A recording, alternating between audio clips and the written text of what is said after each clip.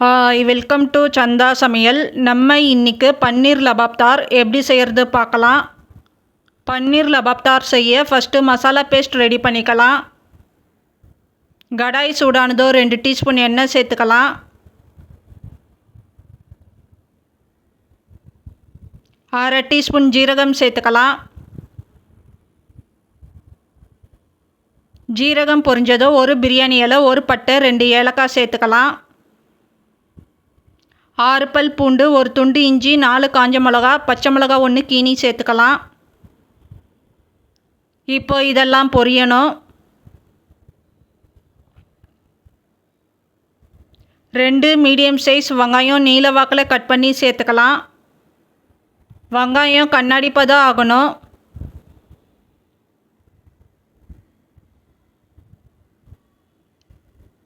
ஏழு முந்திரி சேர்த்துக்கலாம்.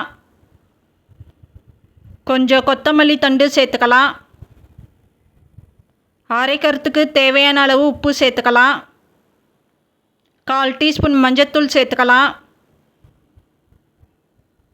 2 மீடியம் சைஸ் தக்காளி கட் பண்ணி சேர்த்துக்கலாம். தக்காளி வதங்கணும், வதக்கிக்கலாம்.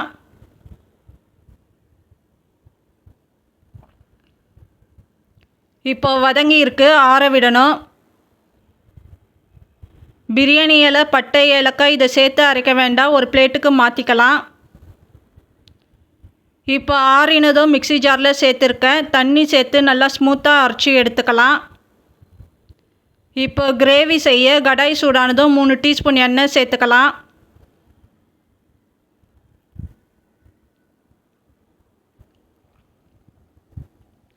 அரை டீஸ்பூன் ஜீரகம் சேர்த்துக்கலாம். ஜீரகம் பொரிஞ்சதும் மீடியம் சைஸ் வெங்காயம் 1 பொடியாக கட் பண்ணி சேர்த்துக்கலாம். வெங்காயம் கண்ணாடி பதம் ஆகணும்.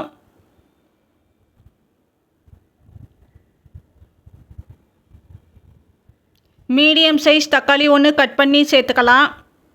தக்காளி வதங்கணும்.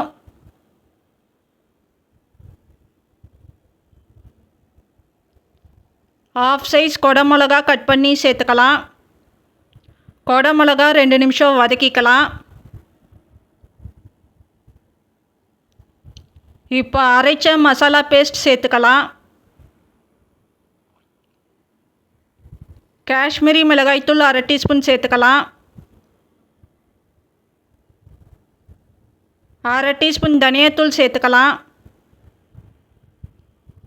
1/4 டீஸ்பூன் கரம் மசாலா சேர்த்துக்கலாம். இப்போ கிரேவிக்கு தேவையான அளவு உப்பு சேர்த்துக்கலாம். உப்பு சேர்த்துட்டு நல்லா மிக்ஸ் பண்ணிக்கலாம்.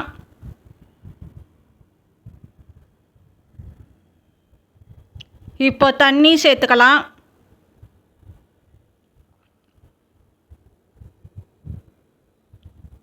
தண்ணி சேர்த்துட்டு நல்லா மிக்ஸ் பண்ணிக்கலாம். மீடியம் ஃப்ளேமில் 5 நிமிஷம் கொதிக்க விடணும்.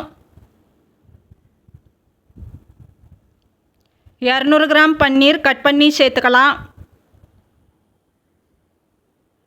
அரை டீஸ்பூன் சர்க்கரை சேர்த்துக்கலாம். 2 டீஸ்பூன் ஃப்ரெஷ் க்ரீம் சேர்த்துக்கலாம். 1 டீஸ்பூன் பட்டர் சேர்த்துக்கலாம். கசூரி மேத்தி சேர்த்துக்கலாம். கொத்தமல்லி சேர்த்துக்கலாம்.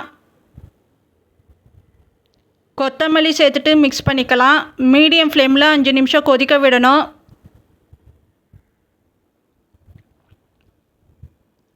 இப்போ ஸ்டவ் ஆஃப் பண்ணிடலாம். இப்போ நமக்கு பன்னீர் லபாப்தார் ரெடி ஆயிடுச்சு. இந்த சேனல் பிடிச்சிருந்தால் லைக் பண்ணுங்கள், ஷேர் பண்ணுங்கள், சப்ஸ்கிரைப் பண்ணுங்கள்.